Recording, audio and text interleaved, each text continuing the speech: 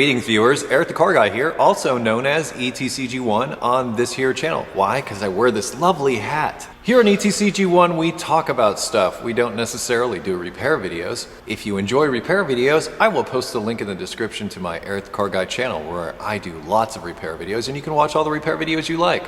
However, if you wish to stick around and join in on the discussion, welcome to the show. So today's one of those days where I came into the shop and there was a bunch of like little things to do. There was a little bit of maintenance here, a little bit of maintenance there, and I'm going through the motions of this, and it's amazing, you know, how much time something like that might take up. So I'm in the process of this, upgrading my tools, doing a little bit of maintenance, that kind of thing, and I'm thinking of how much time I've spent in this industry and the things that I've learned and the things that I've seen and the changes that I've seen happen in the course of my career. Well, it got me to thinking about where things are going and what my place is and what my knowledge base is based on today's modern environment. And in some ways, I was feeling a bit outmoded, meaning that I would require maybe a little more education, maybe a little more time spent trying to learn a bit more about modern systems and their serviceability.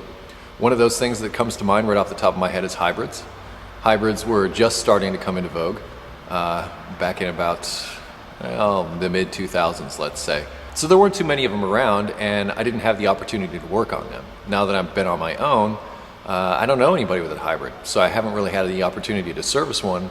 The only knowledge base that I have with them is really just from the things that I've read and the information that I've gotten from some of you, the viewers, that have been presented either over on the forum or sometimes in the comments of videos and that type of thing. And that's a completely different type of vehicle than what was available when I first started out in the industry. As a result, I have to go back and revisit my education in order to stay current. If you don't stay current, well, you're not going to be able to service those things. You're not going to be able to stay up to date, so to speak. You won't be, well, you'll be able to, but you may not be as effective because you don't have that experience base. We've talked before about the differences between experience and knowledge that you get from a book or from a school, and how those two things are very different. The knowledge that you would get like from, say, a technical school or something like that is a great foundation to build upon.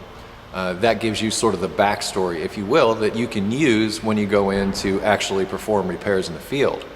It's been my experience and the experience of many of you also, that your real education begins after you leave that school and you get out into the field and actually start doing things and applying that knowledge. It's one thing to have read it in a book. It's one thing to understand how the system works. It's quite another to actually put it to use and practice.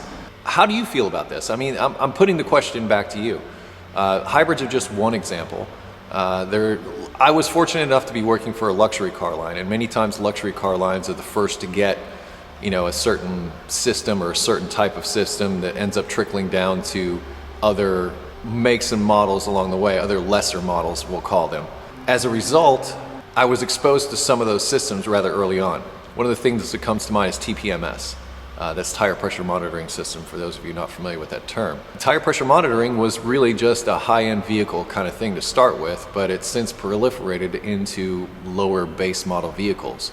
And it's become a lot more common, so much so that it's something that many tire shops or just many general service shops have to deal with now. Whereas there was a point in time where, you know, it was the creme de la creme of vehicles that were out there, the high-end things, and most of those were going back to the dealerships. But now that those vehicles have been in service for some time, it's very likely they're on second, third, fourth owners, and as a result, they end up in the service shop. Well, there was a learning curve that went along with that, to where, okay, Tpms, first of all, what is it? Second of all, okay, the light's on, now what do I do?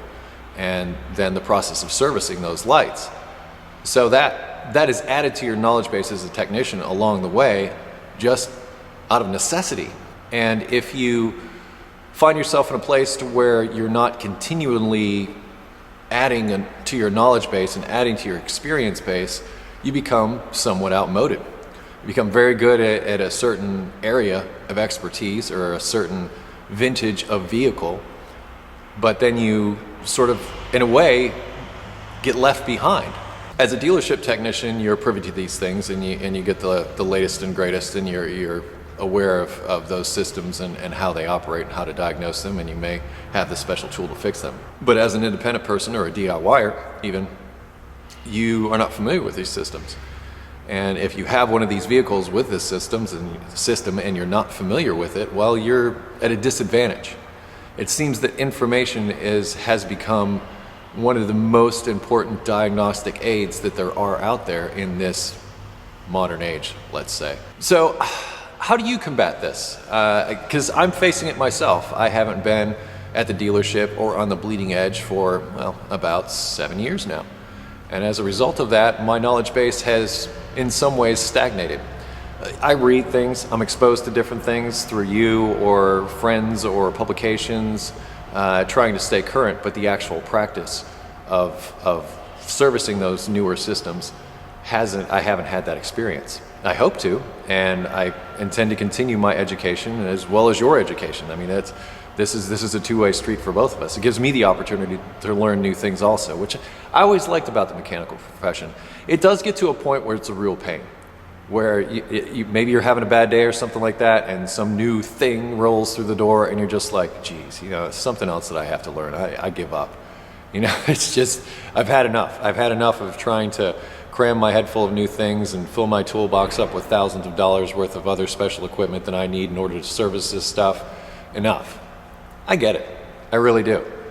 But life goes on, progress goes on, technology moves on. That's how this works. And the whole thing is to make these vehicles bigger, better, justifying the cost that they're charging for them these days, what have you. I mean, you insert whatever you want into that. But my point here is the danger is if you don't stay current, you become, for lack of a better word, outmoded. How do you avoid that? How do you deal with that situation? Are you a small shop? Are you a DIYer? Today we have tremendous resources with the internet. The internet provides a lot of information, including some how-to videos. But it doesn't cover everything, and it doesn't give you that experience. Once again, we're back to that experience versus knowledge type of thing, or schooling, if you will, or in this case, information you find on the internet. And it seems to me that information is the way of the future. And staying current with that information and having good information, finding good information is very difficult. I've done searches myself to try to learn more about a system that maybe I didn't know as much about. And the information that's out there is hit and miss at best. And so I feel for you, and I try to cater to you, the audience that might be in that same situation where you're in need of information and trying to find a reliable source. I do everything I can to try to remain that reliable source, but in order for me to continue to do that, I got to get me some schooling and some experience to go along with that schooling. So I'm looking forward to experiencing those things together. What I've found is a lot of the systems, particularly electronic systems, work in a similar way. They just do different things. Eventually I hope to cover in my Eric the Car Guy series more about electronics and how they operate on a basic level. And what that's done is that's allowed me to carry through beyond my service life, and that the understanding of those electronics and those systems and how they communicate with one another and how just basically electronics work has really helped me a great deal, because it's just a different implementation of the same type of system. So they use, like for TPMS, or I'm trying to think of a good example here, adaptive cruise control. Let's use that for example. That uses many times things like radar or something like that. There's a sensor on the front of the vehicle that looks for other vehicles out in front of it. Speed is distance over time. It's a simple mathematical formula. And then a signal is sent out, it bounces back to the receiver, and it is interpreted as a given value, a given speed, relative to how fast you're going, because the computer already knows how fast you're going. You plug in a scan tool to your vehicle and it knows how fast you're going, which for those of you that have those little plug-in things for your insurance, think about that. They know. I'm able to extrapolate at least how the system works, which in order to repair a system, you have to have a general working knowledge of how it works. This has to talk to this, and I look at the service manual for more specifics and perhaps some diagnostic information, because many times what the engineers do is they try to build in some sort of diagnostic ability into these electronic systems to make them easier to diagnose. Mostly it ends up being parts replacement at the end of the day. I think that's one of the reasons why there is so much of that today, because by the time you get to the bottom of that troubleshooting, it says replace part A. There's a lot to this discussion, and I feel like I've barely touched the surface of it, but what are your experiences? What do you think? I'd love to hear about it. Anyway, I am on this channel, ETCG1, and if you have automotive questions, I would ask that you go to ericthecarguy.com. Surprisingly, many of the questions that you've been sending to me, emailing to me, and even asking on the forum can actually be answered just through those FAQ pages and those articles that I've written, surprisingly. So please start with that. There's also a welcome video on the site that lets you know about all the other wonderful things available to you to help you should you find yourself in a situation where, you know what, hey, I gotta fix something. I gotta get back to work. If you just want to connect with me socially, we can do that on Google+, Facebook, and Twitter. And I close each of my videos with, be safe, have fun, and of course, stay dirty. I'll see you next time.